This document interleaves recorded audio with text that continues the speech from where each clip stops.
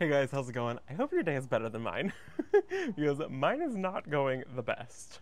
I already have been out here and I filmed this video one time. I got a brand new microphone system, it's a whole system, and I don't know how to work it. I'm not a tech guy, I'm not an audio guy, I'm not like a videographer, and I'm having to learn all of these things, and I don't know what I'm doing. So I've already been out here once. It is about to start raining, and so I'm trying to beat the rain. I was already trying to beat it, but now I'm back out here to film the Q&A. My microphone has this button on here where I don't even know, like on the bottom of it, there's this one button, and if you hit the button, it mutes. Let me make sure I'm recording. I'm recording.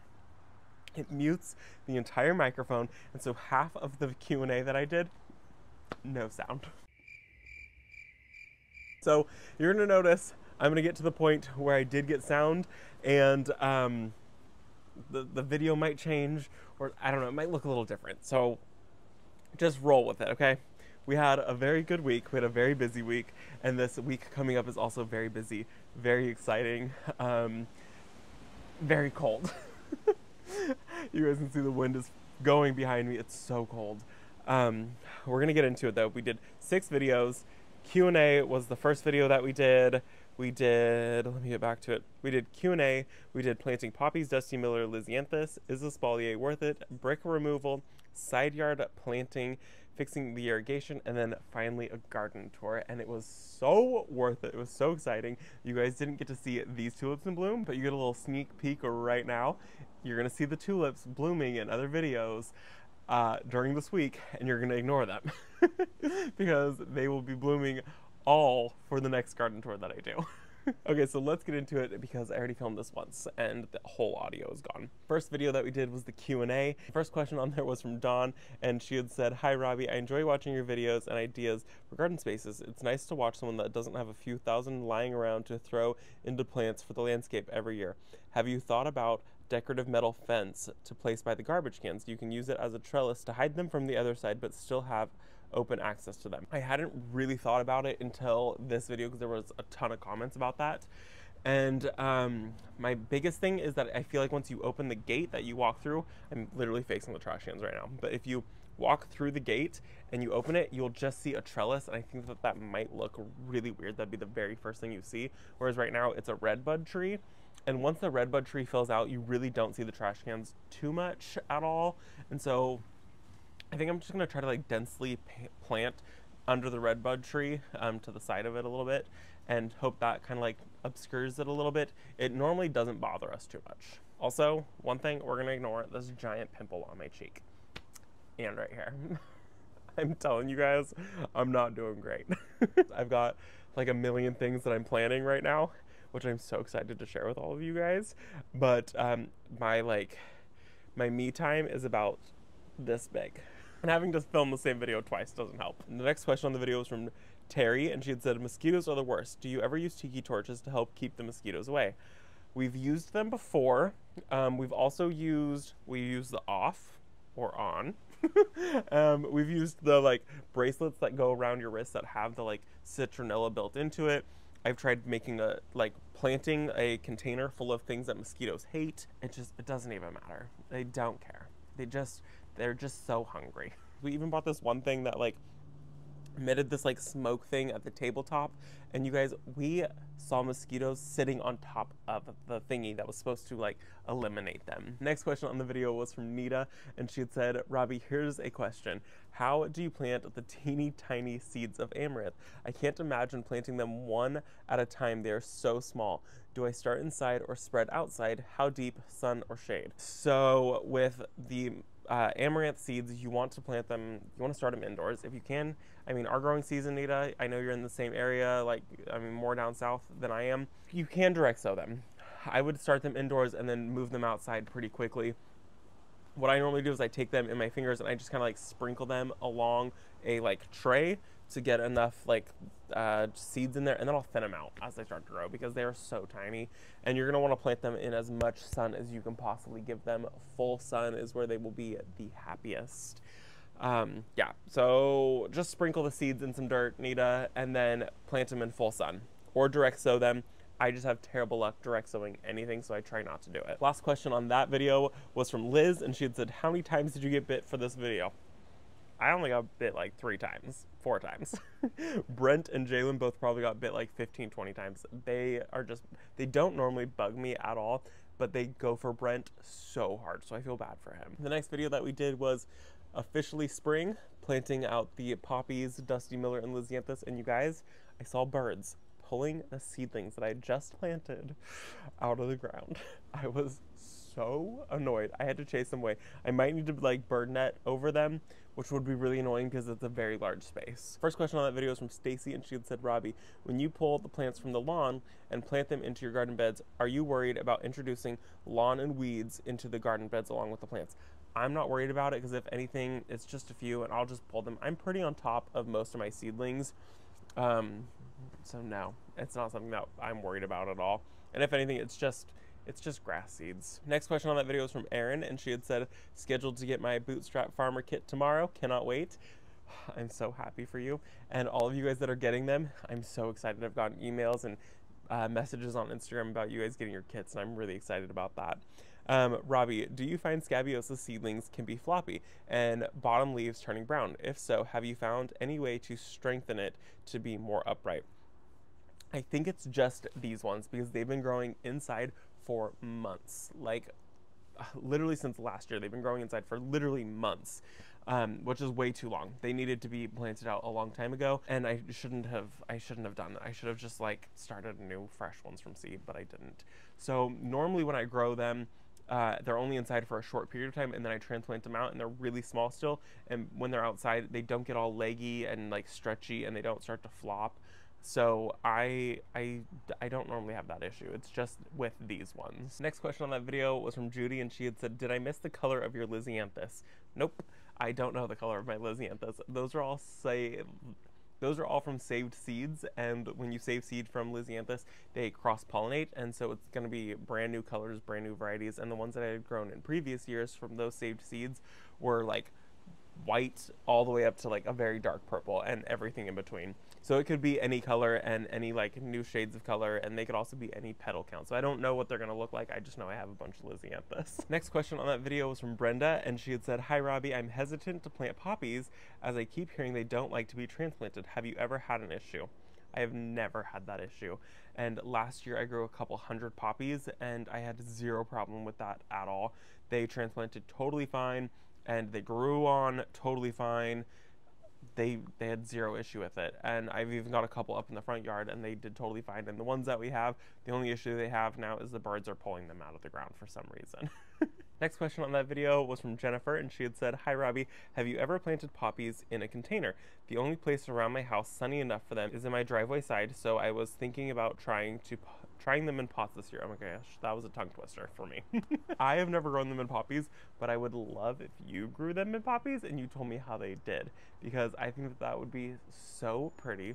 I could imagine having like 10 or 15 pots with different colored poppies in them. That would be magical. So you experiment with it this year. Let me know how it goes. Send me a photo, because I would love to see if you end up doing that, because that would be really, really pretty. Next question on that video was from Barbara, and she had said, where do you get the Fox Farm fertilizer? I always use their potting soil, but don't recall the fertilizer. The fertilizer, I get it from a guy who's like a minute and a half the street up from us. So, I mean, if you're in the area, come up to Lost Meadow. There's a guy who owns a fertilizer company. It's called like La Corona Hydroponics or something like that. He sells it, or you can get it off of Amazon. I will put the link in the description down below for the exact fertilizer that I use. Last question on that video is from Carrie, and she had said, question Robbie, you don't need to harden off the seedlings before planting out. Is that due to your warm climate? Help, I'm still trying to understand the seed starting process. You definitely have to harden them off. I harden mine off, they get hardened off every single time, no matter what. I don't just bring them out. If you just bring them out, they could either get like sunburned, which is going to kill them. They just weren't used to the UV rays and they get burnt and they die, or they're not used to like a huge swing in temperature going from like daytime to nighttime. So mine do get hardened off, which you bring them out for an hour, bring them out for like an hour during the day, leave them in a shady area, bring them back in, and then you next day bring them out for 2 hours, and then the 4th or 5th day you bring them out and you leave them in the sun for an hour. it takes a little bit of time, but it's so worth it to make sure that they don't die. So that's what we do, is we harden them off, and then ours definitely got hardened off because I was not going to risk losing all of them. The next video that we did, and I'm rolling through this, you guys, I'm so sorry, I'm so cold. I'm literally sitting here with like a rice bag on my stomach because I'm so cold. I've got like one hand tucked in. I've already answered all these. I want to go in now. The next video, and this is the last video that I have to do again. The rest of it's already been pre-filmed. So this is the espalier. Was it worth it? Maintenance, 100% worth it. I still am obsessed with it. I still love it. First question on that video is from Amy, and she had said, "Hi Robbie, I love the espalier. Have you ever considered using some of your pruning pieces to try to propagate a couple more plants to fill in the ends where you have space?" Thought about it. I almost did it. I did it. I started rooting them, and then I decided not to do it because I saw how fast they were filling in. They filled in incredibly quick, and I mean, it's like almost to the bottom. So I'm just gonna let it just do its thing and not worry about adding those 2 more plants. I don't think it fully needs it, but you can totally go that route though, where if you were doing this project, it could be something where you buy, you know, 2 plants and then you propagate those 2 plants, and all of a sudden you have, you know, 6 to 10 plants, and then you're good to go and you're all set. So it could be a slow project, which you guys know I love slow gardening. I am not a person who gets everything done in a matter of like 6 seconds. I am one person, so I'm gonna do what I can do. The next question on that video was from the Mistaken Gardener, and they had said, "With you cutting the growth off of it, will it still flower? Here in zone 9, honeysuckle is so invasive." I mean, I'm also zone 9, and it's not like, it's not invasive here, it just grows really fast. But I am cutting the flowers off. I'm not growing it for the flowers. I am growing it specifically to be trained and be structured that way, and I can keep it in check that way. So I mean, like I said, it's a lot of work. It's something that needs a lot of help. And so me keeping it in check makes it so I can grow it and it doesn't take over the entire thing. I mean, you guys see how fast it filled in that one section. So imagine what it's going to do year 2 and year 3. It's going to grow even faster, but it needs help. It needs to be cut back. I need to constantly be pruning on it, and I am cutting the blooms off because I'm not growing it for the blooms. If I get a few blooms here and there, it's an extra bonus, but that's not why I'm growing it. Next question on the video, I don't know how to pronounce it, and I'm sorry. And they had said, "Hi, just wondering how much and how often do you water your espalier?" It has not been watered in a few months because it's winter time, and we get rain, so I don't need to water it. But during the growing season, it gets watered probably twice a day, every single day. We hit like 112. So it gets hot, and we cool down to like 99 at nighttime. So it's hot, so it needs a ton of water during our summers here. Next question on the video is from S. Merida, and she had said, "I have a back retaining wall concrete. How would you suggest attaching something like this?" Look into masonry drill bits, and then you should be able to drill holes into it, and then you can put in an anchor into the hole that you drill, and then you should be able to attach your like clasp, your hooks. Then you should be able to attach your hooks to it. The next question on the video is from Simple Southern Garden, and she had said, "Hey Robbie, I have the perfect wall for this, but it's in the shade. Any suggestions on what type of plant would work best?" I would try honeysuckle because mine is in mostly shade. I don't know how deep shade yours is. Like, I mean, is it in direct bright light or is it like deep shade? Look into wire vine. That's a really good plant. That's a really, really good one to grow in an area that gets a little more shade. Other than that, it's really hard finding vines that do well in like shaded areas. Try the honeysuckle. I mean, it's 12 bucks for a plant. I would have it for like 1 growing season, see if it works. If it works, then continue on with it. Last question on that video was from Stacy, and she had said, "Robbie, how about morning glories? Can that be used to create this masterpiece?" I was going to ask if your neighbors mind that you trimmed their hedge, but you said that your neighbor likes that in between both houses gives you guys privacy. So I guess as long as it stays neat. Thanks for sharing everything. They don't care what I do. They know I'm the crazy gardener. They let me do whatever I need to do to keep it looking tidy. As far as morning glories go, I wouldn't do it. Morning glories, you're not going to be able to train them into any type of espalier or anything like that. They're just going to take over the wall. They grow so incredibly fast once they start taking off that you're not going to have the time to be able to wind them. I mean, they can grow like a couple feet in just a day. So you're not going to have the time to train them. If you need something to cover a wall and you want it just to like fill out the wall, I wouldn't go the route of doing the like diamond pattern. I would just get some wire on the wall just so it can like have something to grab to, or I would use like a trellis and then just grow it up it if you're needing to fill out a blank space. But morning glory, do not do the diamond pattern, and do not do like thinking that you're gonna be able to train that espalier, because that is not gonna happen. All right, you guys, this next section of the video with the next video from last week is where the audio started working. So this Robbie is gonna go inside and you're gonna see the old Robbie who hadn't had to film a video twice. Bye guys. I think I just filmed most of that video with the mic off. I'm not a tech person. I'm not a camera person. Okay, we'll see what happens. I cannot believe I just did that. That's so frustrating. Okay, we're moving on. I think I'm mic'd up now. I don't know. Okay, next video that we did, I hope I'm mic'd up now, was side yard planting and fixing irrigation. Oh, I still can't believe I did that. Okay. First question on that video was from Terry, and she had said, "Hi, Robbie. Why not put the pedestal under the window for now? It'll play off the fountain." Right there. I should do that. I really should do that. Hold on. Like that. Next question on that video was from Lee, and they had said, "What brand of drip irrigation do you use? Have you ever tested emitters to see if they actually deliver the water they say that they do?" We use Rainbird just because we can pick it up from Home Depot and it's easy, and I've never tested it. I found that if something is like water hungry, I just add an extra emitter right in front of the plant. But for the most part, I usually do like 3 grids, 3 lines, and that is more than enough. So I'm sure it emits enough water. Next question on that video is from Fancy, and they had said, "Is it cheaper to water by irrigation compared to by hand? Do you have groundwater?" So we are on city water, and I don't know if it's cheaper, but it is so much less time consuming, and that is all I'm worried about. We have hundreds, probably like 1,000 plants on this property, and if I had to water all of them every single day, twice a day during the growing season, I wouldn't be working. I would just be watering plants all day. So it's a time saver for us, and it's also more efficient because I'm not like holding a hose and getting water absolutely everywhere. The emitters just get water directly at the very bottom of the plants. It doesn't get water on top of the plants, and then there's evaporation. So it's less water waste. It's more efficient for time, and I mean, for me, it just makes the most sense. So, I mean, if you had less plants, maybe, I don't know, I just only have good things to say about irrigation. So I'm gonna say just do irrigation. Next question on that video is from Cynthia, and she had said, "I love how you manage your time with today and tomorrow, Robbie." That's the way I do every project. "What are you going to plant in front of the fountain?" I am thinking hostas. I'm thinking that I want to fill that area up with hostas. I think it would be so pretty to have like a drift of like 7 or 8 hostas under there. I think I could afford that, and it would be really pretty, and I just love the way hostas look. So I think that's kind of the route that I want to go towards that. Hostas do really, really well here. That was the last question. Next video that we did was the garden tour, and it was such a good garden tour.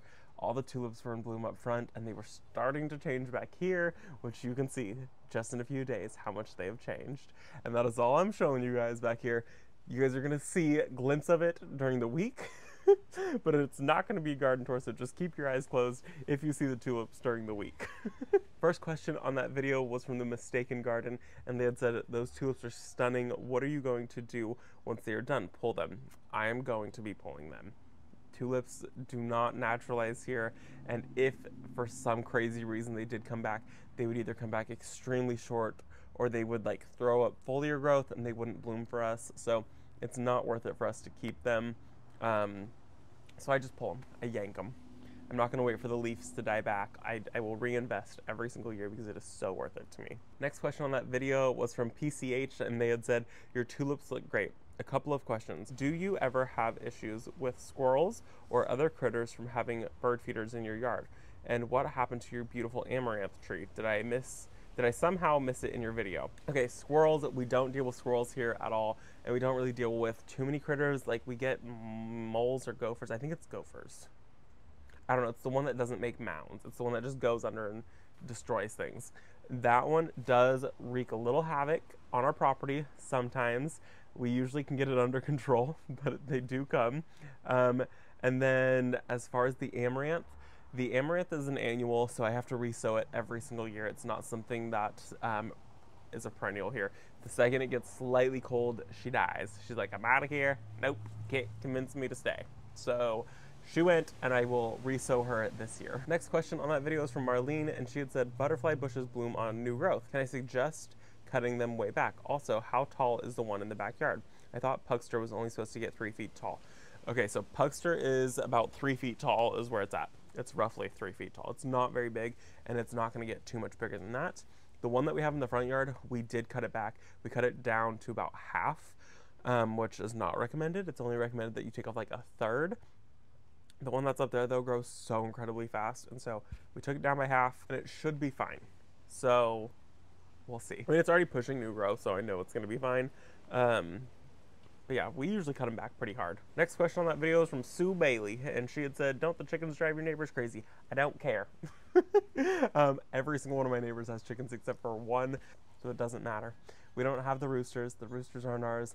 They're our other neighbors. I don't care about the roosters. My other neighbors don't care about the roosters, and all of our other neighbors have chickens.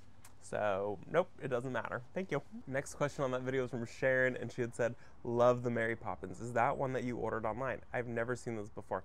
I did order them online. I ordered them from Color Blends. They came in a bag of 100, and I want to say it was like $23 for 100 of them, which I thought was a killer deal. I think next year I'm probably gonna order like 200 or 300 of them, and then maybe like 200 or 300 crocus and do those in the lawn. I think that that would be so pretty. So colorblends.com is where I ordered them. Okay, last question on the video, because I am cold and I would like to go inside now, is from Anne, and they had said, what is the weeping plant in the container by the chicken coop?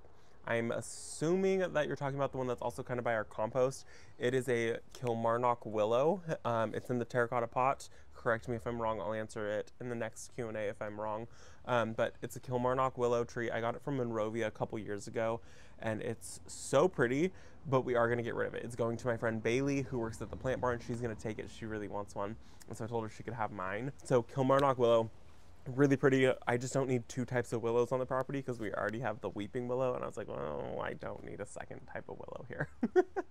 So I think that that is going to be it for this video, you guys. It's cold, and I have a very exciting week, and I cannot wait for you guys to see it.